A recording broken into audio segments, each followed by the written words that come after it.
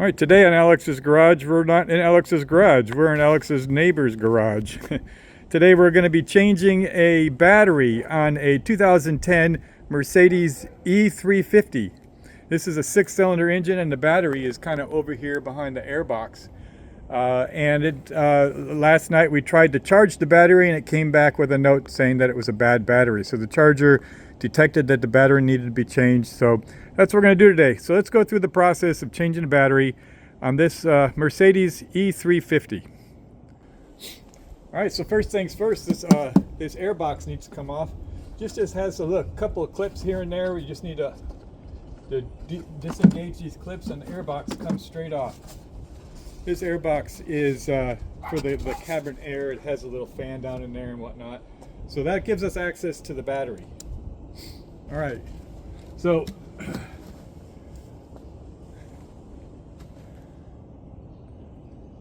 quick detail on that. The clips are on the ends of the airbox and then there's one in the middle. This little clip here on this end, that clip on that end, and then the one in the middle grabs this little post right here. All right, so looking at the battery, you can see you got a couple of places where we're gonna detach some stuff, and this battery is actually missing some parts. It doesn't have a proper tie down. Where's the? It's on this side. This one's a little bit different. All right, here it is. Okay, so here's the tie down right here. So when you have a battery in a car, it needs to be bolted in place. I expected it to be on this side, but it turns out it's right here. So the only tools that you're going to need to pull this battery out are some 10 millimeter socket and a 13 millimeter socket for this tie down here. The sequence here is you want to remove the negative post and then the positive post, and then we're going to shield the positive post so that it doesn't move around, and we're going to restrain it so it doesn't get in the way when we put the new battery in. We're going to clean these terminals and put the new battery in, and so pretty easy. It's Bob's your uncle kind of thing. So let's go ahead and get started. Okay, when you're removing a battery, you always want to remove the negative post first. So that's the first thing that we're going to do. We're going to pull the negative post off. Also, you can see right here, there's a little tube. This is a hydrogen vent tube. We're going to want to take that off because we're going to plug that into the new one. So that's something that's going to need to be handled as well. Let's go ahead and get this post off.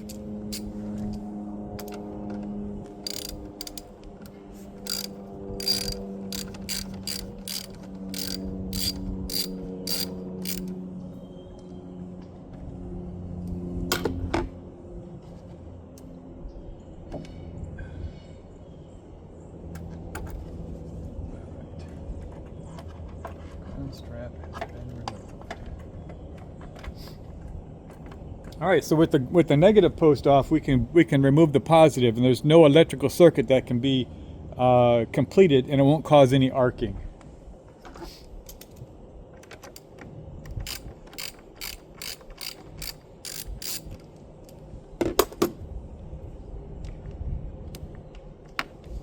Okay. So here's the thing with the positive post. You'll notice on here is it wants to go back to where it's at. So we're gonna prevent that by restraining it with a little plastic tube. We're gonna put some plastic on it, and we're gonna pull it back here so that it doesn't touch anything.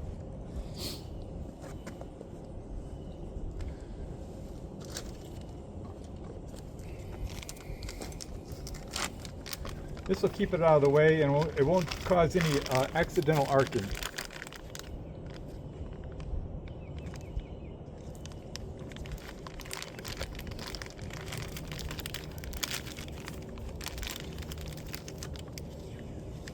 Just an extra step, but it's a good safety measure.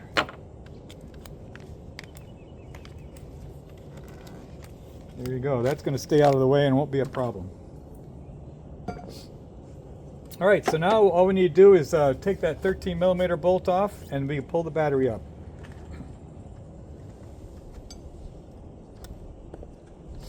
It's a good idea to have a nice extension cord extension for this task, because you really got to get down deep in there. If you don't have one big one, you can have two smaller ones and make that happen.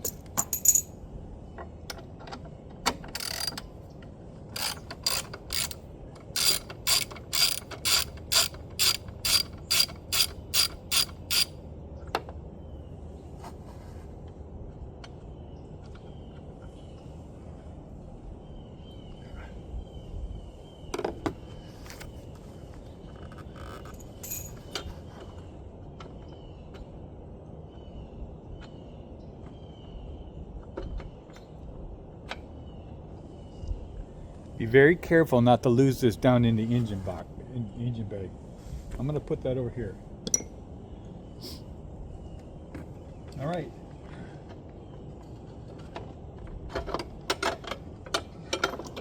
With that bolt gone, you can pull this little retaining plate out, and that keeps, now the battery's free to go. You see, it moves freely.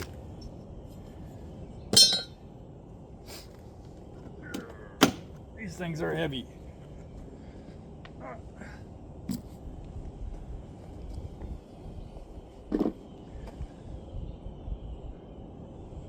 I am not a fan of these goofy red patches that you put on the positive terminal.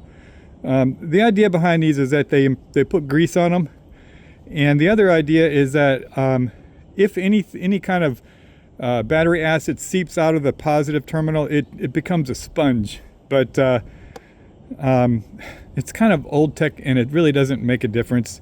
And it's just something in the car that will grab the acid, and it's just a mess. So I'm not a big fan of these.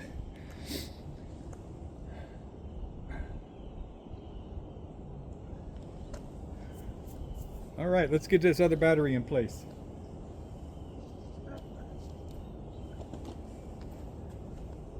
These things are heavy, boy, I'll tell you what.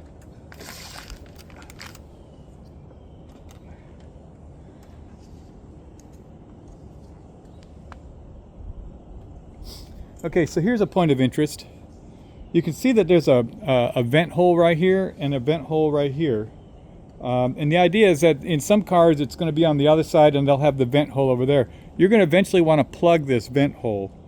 We'll see if there's a plug that exists in the old battery. I don't think it is, because it looks like it's already aftermarket. But if you have one, you should only vent from one side. The idea behind having a vent tube is it's venting hydrogen gas, and hydrogen gas is a combustible gas, and you want to vent it in a controlled space. So that's the idea behind that. Let's get this thing in place.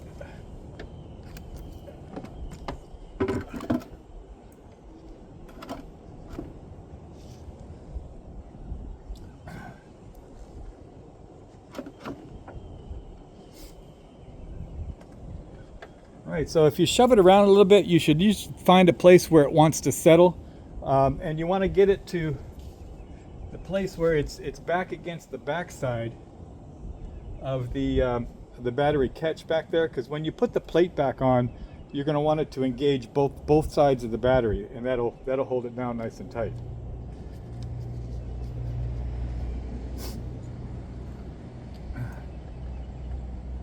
Okay. I think we're good.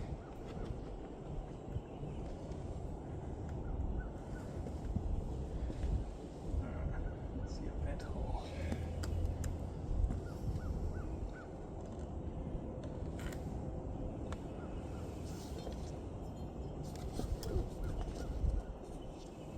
All right, doing everything back in reverse. We're halfway done with this task. Let's go ahead and put this thing together and get this battery tightened up in there.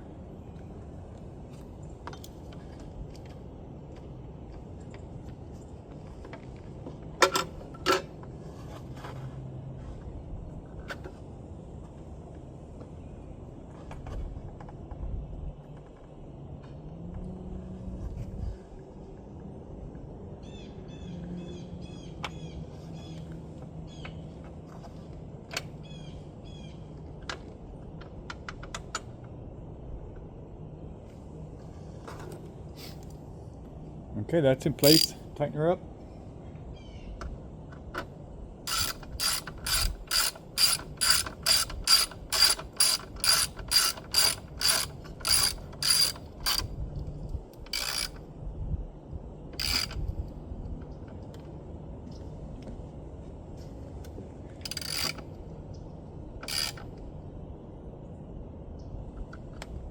There's not like a torque spec for that. You just need to make it tight so it's snug.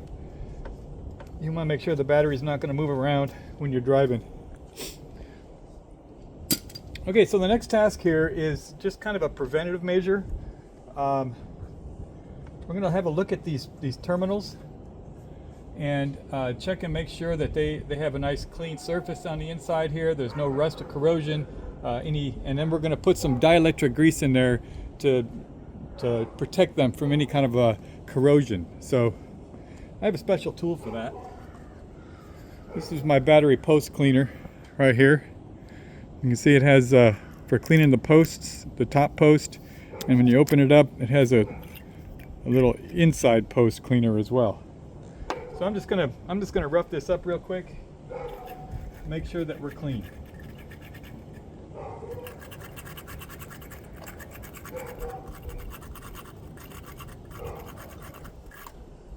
All right. Same thing for the positive.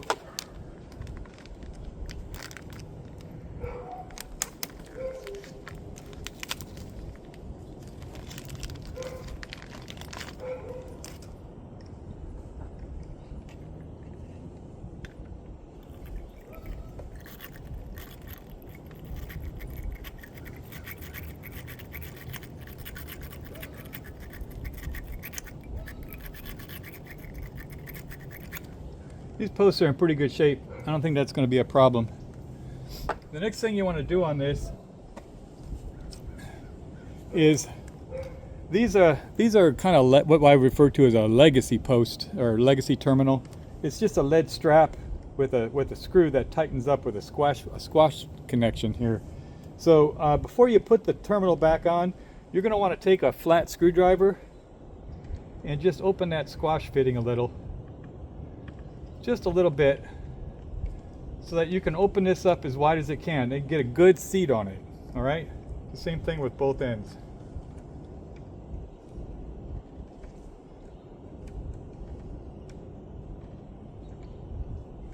There you go.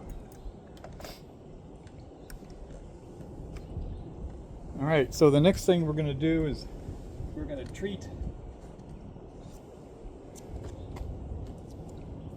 these posts with some battery terminal protector. Just a little dab of this. You don't need a whole bunch. The other battery had like a slobber of grease on it. You just want a little bit of this stuff, and it goes a long way. All you're trying to do is create a moisture barrier to keep any kind of corrosion from affecting the battery.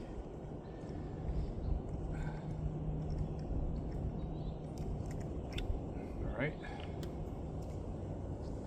These are brand new, so I really don't think they need to be cleaned that much. But that'll do the number.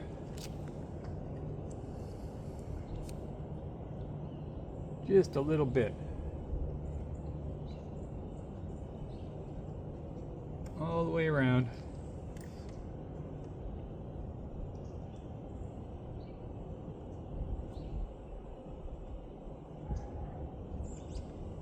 Okay, on the inside.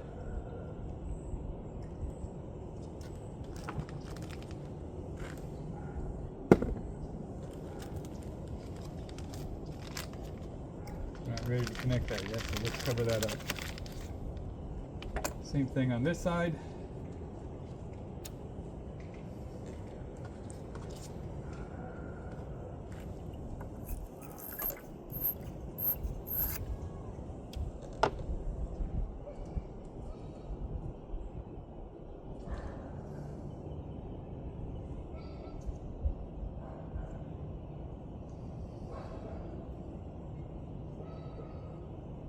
All right, it's nice and protected.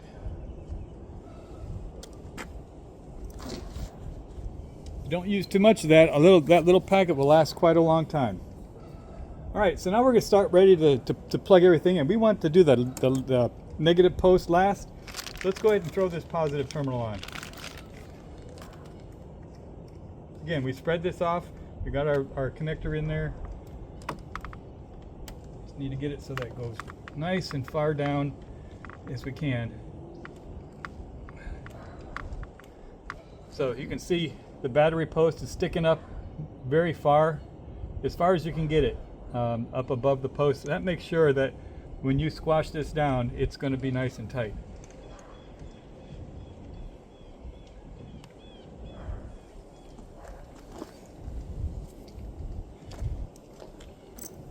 All right, back to our 10 millimeter.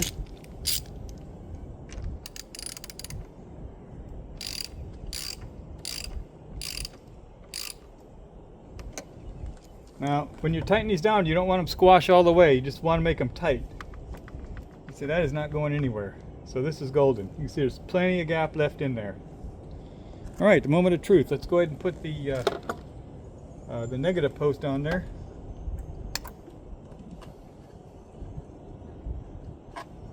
There we go.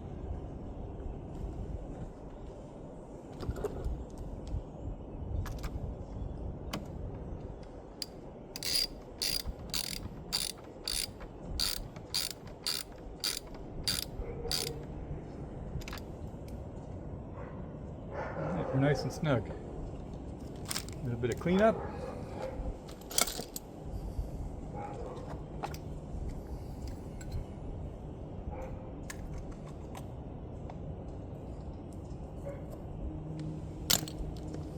We're going to put this hydrogen vent tube back on.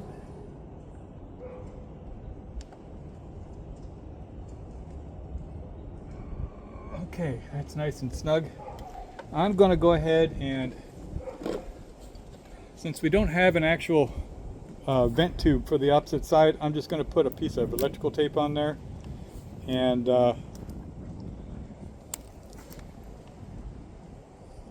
say a prayer. And hopefully this stays on for 10 years, right?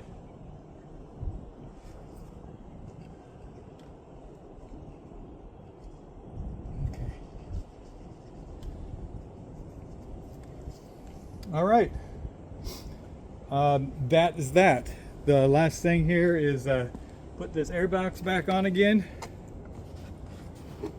You can see on the air box it has some little slots here, tab A into tab B, and you can see that they slide into these little slots right here. All right, a little bit of negotiation here. That.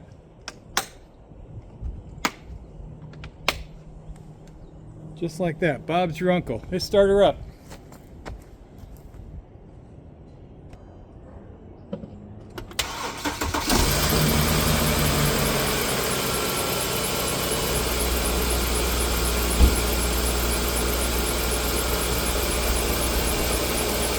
Just like that. That is the process of changing the battery on a 2010 Mercedes E350. If you have any questions or comments, just throw them in the comments section.